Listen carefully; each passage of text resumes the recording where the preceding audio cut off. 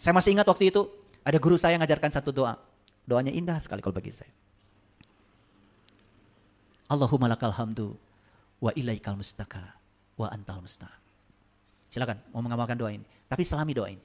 Allahumma lakal hamdu wa ilaikal mustaka wa antal musta'an. Ya Allah, segala puji hanya milik-Mu. Aku serahkan segala urusanku kepadamu. Karena Engkaulah satu-satunya penolongku. Itu aja doanya. Akhirnya semua kehidupan ditata ulang sama dia. Ternyata begitu hidup ditata ulang sama dia, serahkan pada dia. Sangat menakjubkan. Tujuan hidup itu bukan untuk menguasai orang lain. Bukan menguasai alam semesta. Tapi tujuan hidup itu adalah menguasai diri sendiri. Coba, kuasai diri kita. Kalau kita menguasai diri, tidak mungkin kita melakukan sesuatu yang keliru. Karena apa? Menguasai diri berarti sang kesadaran dari dalam diri kita selalu menjadi kompas diri. Percaya deh sama saya. Itu yang disebut dengan nurani. Apa sih sebutannya namanya? Saya nggak tahu. Yang penting saya selalu mendengar suara itu ada di dalam. Dan suara itu sering mengatakan, pantaskan dirimu, pantaskan dirimu. Ya. Makanya kalau ngasih di jalan itu, ya niatkan. 5.000 minimal, niatkan. 1.000. Udah gitu 500, kencering. Ya Allah, kita ngasih sesuatu yang oleh kita sendiri sudah tidak dipakai. Padahal kata Quran tidak disebut pemberian. Kalau kamu tidak memberi yang kamu cintai. Artinya kita memberi, kita juga butuh. Cuma orang lain lebih butuh. Itu namanya memantaskan diri.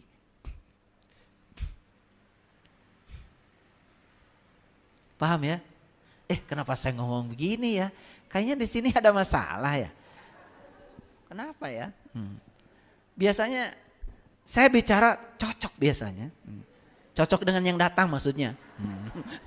Ini saya kenapa ngomong begini ya? Kayaknya di sini banyak yang beli subsidi kayaknya ya. Kok saya hari ini ngomong ini? Saya nggak tahu, mohon maaf ya, mohon maaf. Ya, pantaskan diri kita besok-besok Pertamax turbo, Pertamax merah.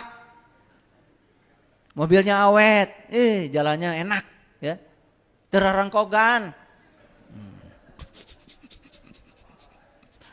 Apal. Kalau yang subsidi mah biasa, ngeremnya tuh suka cit. Kebahagiaan adalah milik kebijaksanaan. Mengamalkan kebajikan dan menjalani hidup dengan kedamaian. Jadi kebahagiaan sejati sebetulnya adalah menikmati saat ini tanpa kebergantungan dan cemas pada masa depan. Yuk kita belajar. Hadir ya di sini saat ini sekarang. Kuncinya sederhana kok. Apa yang kita lakukan? Yang kita lakukan adalah selalu sadar tentang saat ini.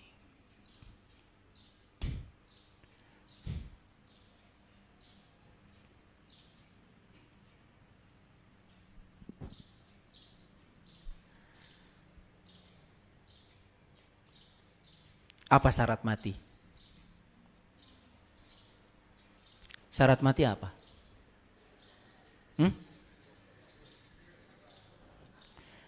Kalian bakal mati. Syarat mati udah tahu? Belum tahu. Ini umur sudah pada tua-tua begini belum tahu syarat mati. Itu tiap Jumat dibaca. Makanya kalian tuh gak ngerti.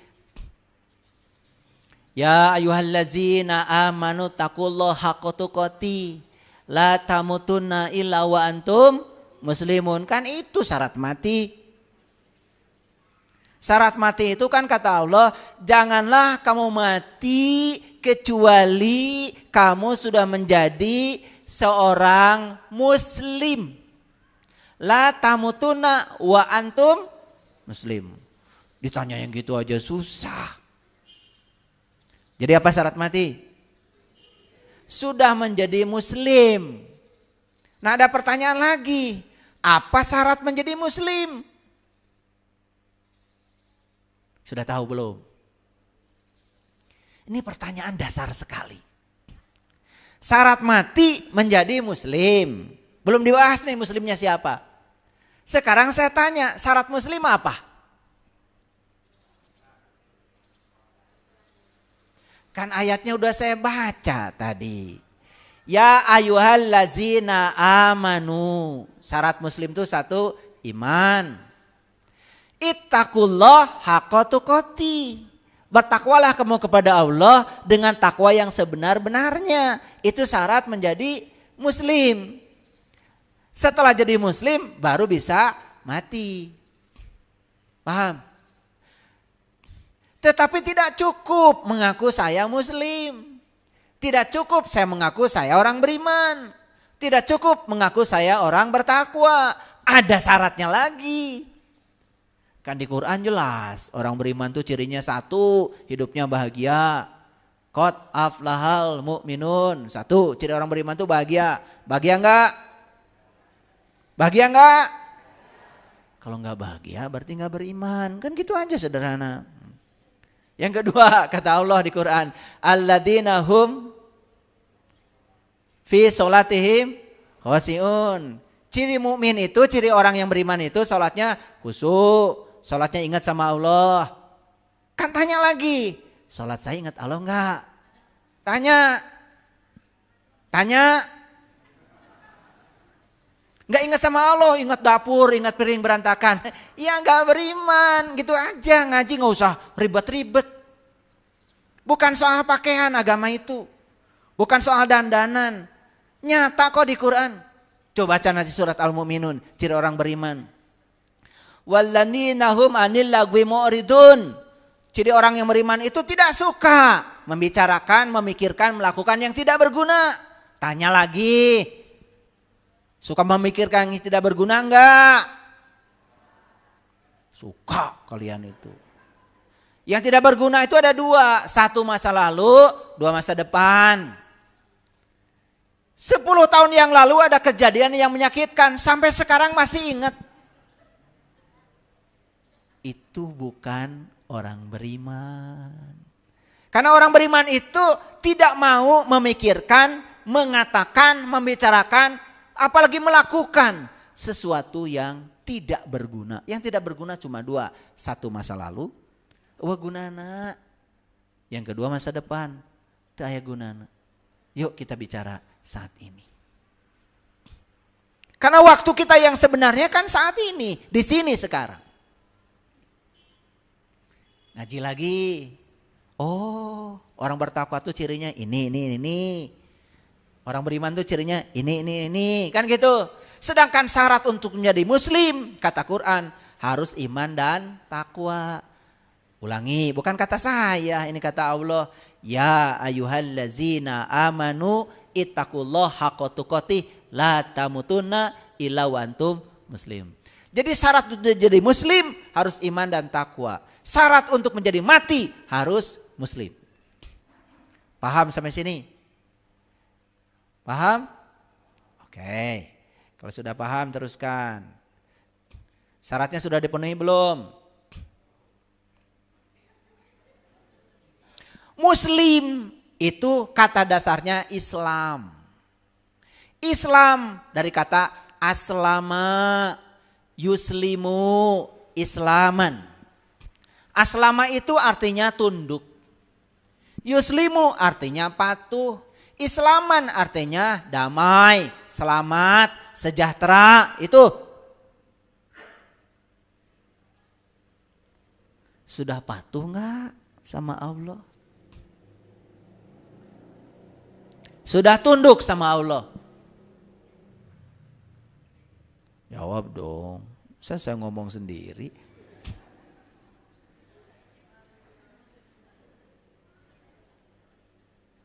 Makanya kalau doa tuh sama Allah sederhana aja. Ya Allah, diatur-atur olehku, ternyata hidupku berantakan kayak gini. Sekarang atur aja olehmu, gitu aja.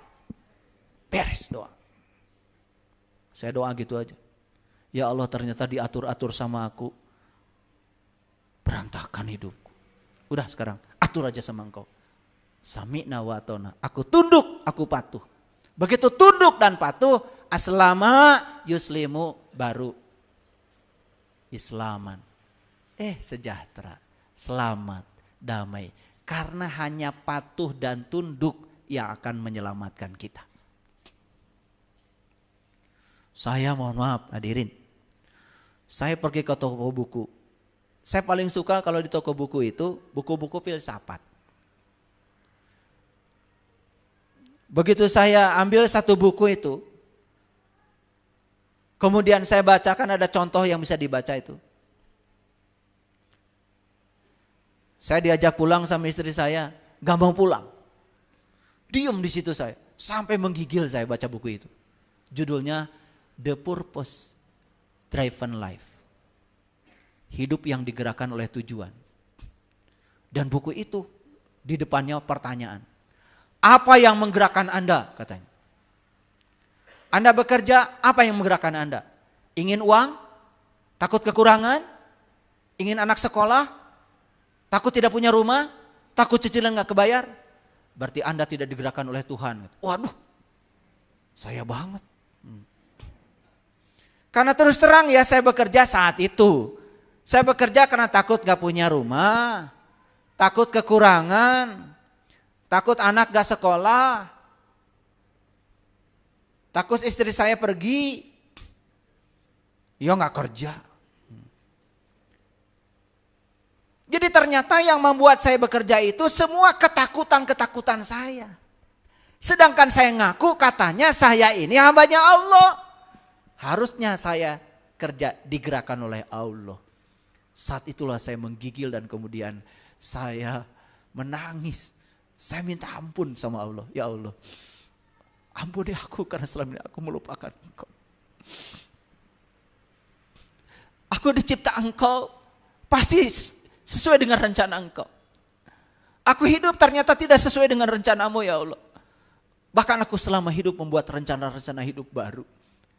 Ya Allah, jangan-jangan semua penderitaanku selama ini karena hidupku adalah rencanaku, bukan rencanamu.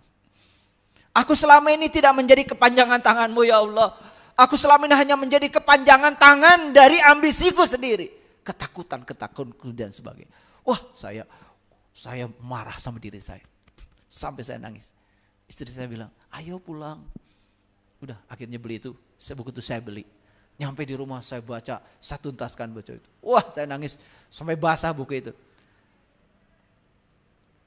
Maaf ya, yang nulis keyakinannya berbeda dengan saya. Tetapi saya dari dulu selalu belajar seperti yang dikatakan Nabi Muhammad, jangan lihat siapa yang berkata. Lihat saja apa yang dikatakan. Kalau itu baik, ambil. Saya ambil kebaikan itu. Dan itu menggetarkan saya. Itulah sebetulnya yang membuat kehidupan saya berubah. Setelah itu saya nggak mau lagi. Ya, saya bekerja sebagai kepanjangan tangan ambisi saya, ketakutan-ketakutan saya. Saya bekerja semata-mata karena ingin sebagai kepanjangan tangan Allah. Makanya saya bilang, ya Allah, pakailah aku sesuai dengan rencanamu. Setelah itu, maaf ya, kehidupan saya mengalami perubahan. Rumah saya yang hilang, dulu saya punya rumah banyak, ada 5 rumah saya hilang. Bahkan ada mobil saya baru, dibeli 1,5 bulan, dipinjam sama tetangga, sampai sekarang gak balik-balik. Terus saya kemudian masuk ke diri saya, oh jangan-jangan selama ini hidup saya digerakkan oleh ambisi dan ketakutan-ketakutan saya.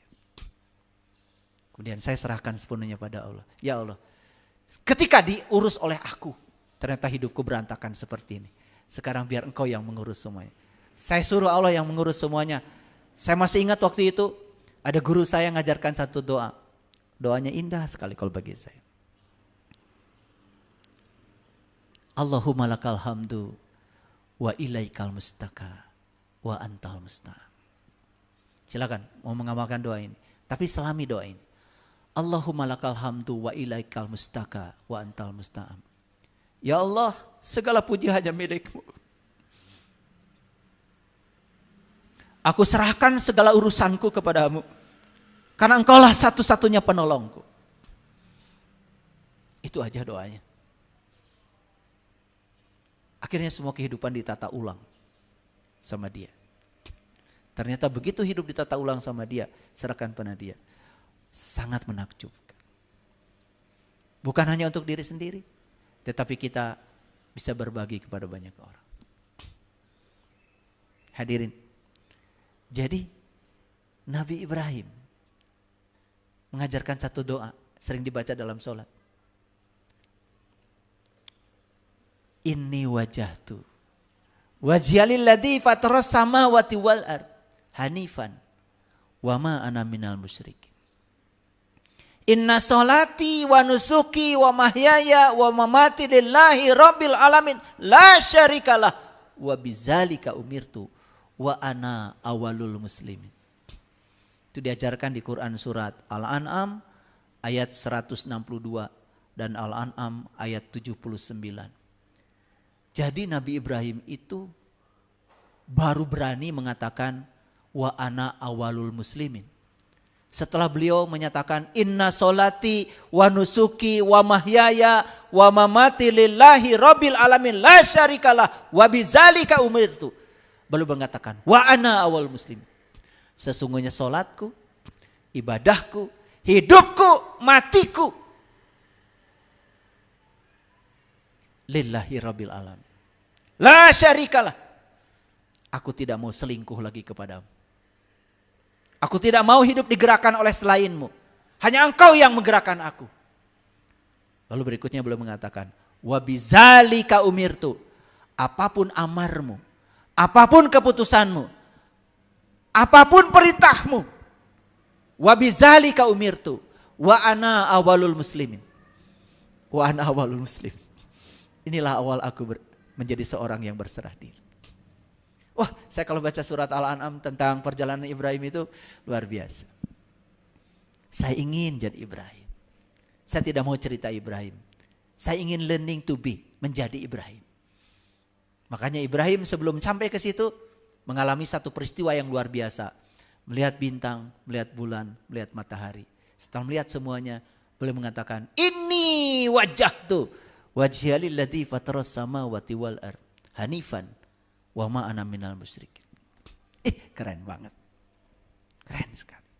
Sayang sekali ya Quran itu yang begitu luar biasa isinya. Hanya dibaca aja luar-luarnya. Ya, dibereskan cara bacanya. Kemudian dibagus-bagus suaranya. Tapi hudannya tidak kita ambil dari situ. Kalau itu dibawa ke dalam sholat. Waktu bilang ini wajah itu kita merasakan betul-betul wajah kita berhadapan dengan dia, tidak berhadapan dengan selain dia. Makanya sholat itu sesuatu yang sangat asik karena kita merasakan nikmatnya. Rindu ingin sholat.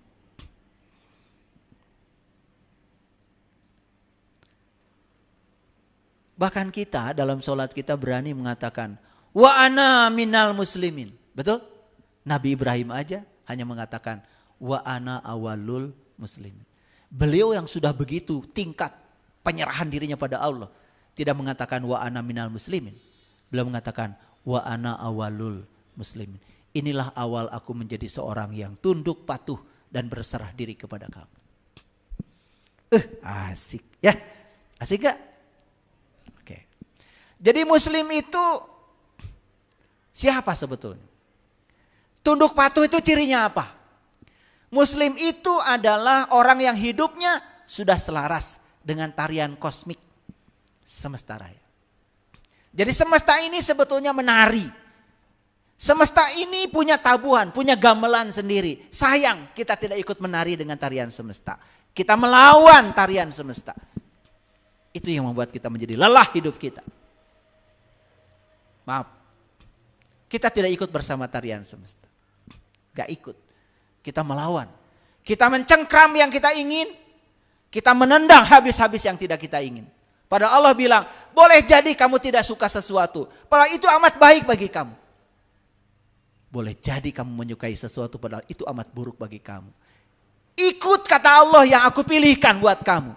Kamu tidak suka hari ini, tapi ini baik buat masa depan. Karena kita tidak suka hari ini, kita tolak. Kita tidak suka dengan pasangan, kita tolak. Padahal pasangan kita, itu yang terbaik pilihan Allah buat kita. Kemudian cari yang baru, gitu lagi. Cari yang baru, gitu lagi. Hancur lebur, anak jadi korban. Ego, pikiran gelap, Seperti itu. Hadirin, pernikahan kita yang pertama itu pernikahan yang dipilihkan oleh Allah. Karena ada kecocokan data karma yang harus diselesaikan oleh kita dengan pasangan kita. Jalani semuanya, jalani semuanya. Sabar, sabar. Karena pasangan kita adalah guru-guru yang sedang menyamar. Lewat mereka kita akan dididik untuk menjadi orang-orang yang bijak. Sabar, sabar. Makanya di Quran itu ada sholat khusyuk, ada sabar khusyuk. Nah, saya sedang merancang pelatihan sabar khusyuk. Biar bisa sabar, khusyuk sabarnya. Jadi muslim itu yang sudah mampu menemukan rahasia sastra semesta. Yang sudah menemukan ibu dari segala pengetahuan. Muslim itu adalah manusia yang sudah menemukan sungai pengetahuan abadi yang mengalir dari masa ke masa. Muslim itu adalah manusia yang sudah menemukan wajah yang tak berwajah, nama yang tak bernama, suara yang tak bersuara, rasa yang tanpa rasa. Kalau kalian belum menemukan itu, maaf, ngaku-ngaku aja. Muslim adalah manusia yang sudah mampu mendengar suara nurani dengan jelas dalam keheningan pikirannya. Berarti muslim itu adalah mereka yang sudah hening pikiran. Kalau kita masih menghakimi orang, masih menganggap kita yang paling baik, merendahkan orang, padahal kita tidak pernah tahu siapa.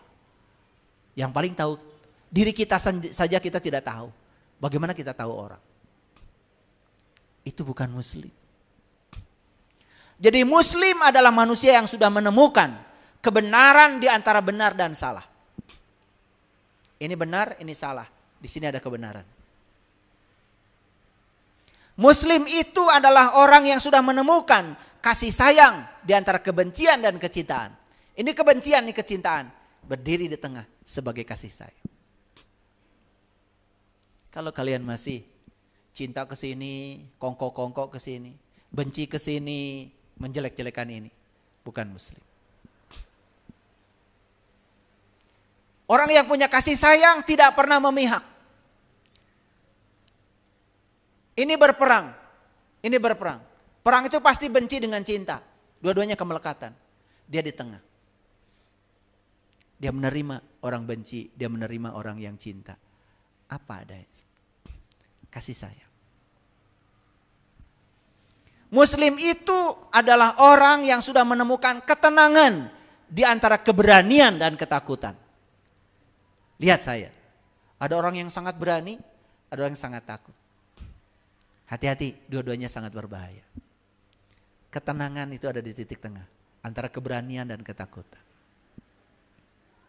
Muslim itu adalah orang yang sudah menemukan keabadian di antara hidup dan mati. Ini hidup, ini mati. Dua-duanya berbahaya. Keabadian. Keabadian. Lihat saya semuanya. Napas masuk, kita hidup. Napas keluar, kita mati. Sebetulnya kita itu sudah mengalami hidup mati saat ini. Ada jeda di antara napas masuk dan keluar. Di sini ada keabadian. Makanya orang-orang meditasi yang sudah ahli, dia menemukan jeda itu. Sehingga menemukan keabadian. Ingat, ingat, ingat. Ingat bahwa sebetulnya jiwa kita tuh abadi, seabadi ilahi. Makanya temukan keabadian. Muslim itu adalah orang yang sudah menemukan kenetralan di antara positif dan negatif. Hati-hati, positif bahaya, negatif bahaya. Netral. Netral. Jangan terjebak positif dan negatif. Karena positif dan negatif semua penilaian pikiran. Netral. Makanya lihat, atom mengajarkan proton yang positif dekat dengan neutron di inti atom. Elektron itu di kulit. Karena apa? Positif itu dekat dengan netral.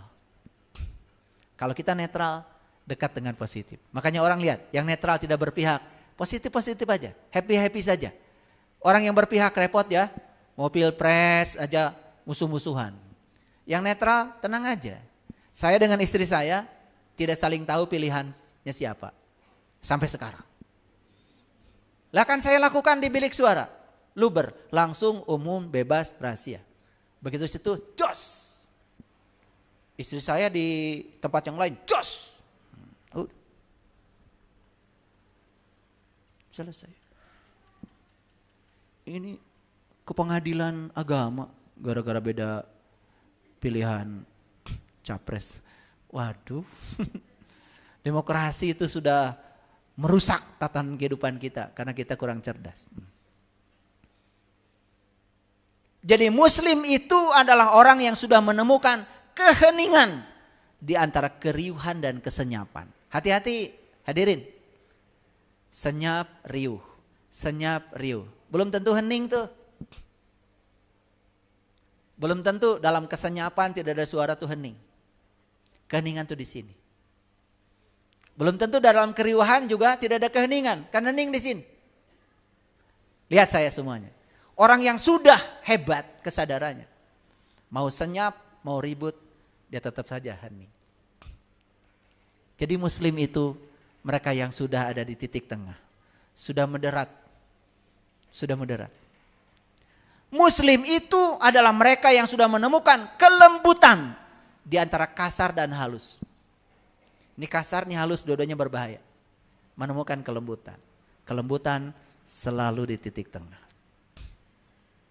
Setelah saya jelaskan seperti ini, kira-kira ada yang harus diperbaiki enggak dengan kemusliman kita ini? Kita terlalu sibuk dengan baju luar. Kita terlalu sibuk dengan dandanan luar. Tapi kita tidak mendandani diri kita yang di dalam. Akibatnya apa? Kita ringkih. Ada masalah sedikit saja, wah sudah menjadi besar. Yuk belajar dari pohon bambu. Lihat pohon bambu. 5 tahun pertama pohon bambu itu cuma senti tumbuhnya. Kenapa? Membangun akar ke dalam. Membangun akar ke dalam. Tetapi setelah akarnya kuat, karena bambu itu visioner. Dia tahu pohonnya akan tinggi. Dia tahu kalau pohonnya tinggi akan diterpa angin. Maka dia kuatkan dulu ke dalam. 5 tahun pertama pertumbuhan bambu itu cuma senti. Tapi 5 tahun berikutnya dia jadi meter. Menjulang tinggi ke atas. Kenapa? Dia tidak takut lagi untuk tumbuh cepat. Kenapa? Akarnya sudah menghunjam ke dalam. Maaf ya, bukan merendahkan.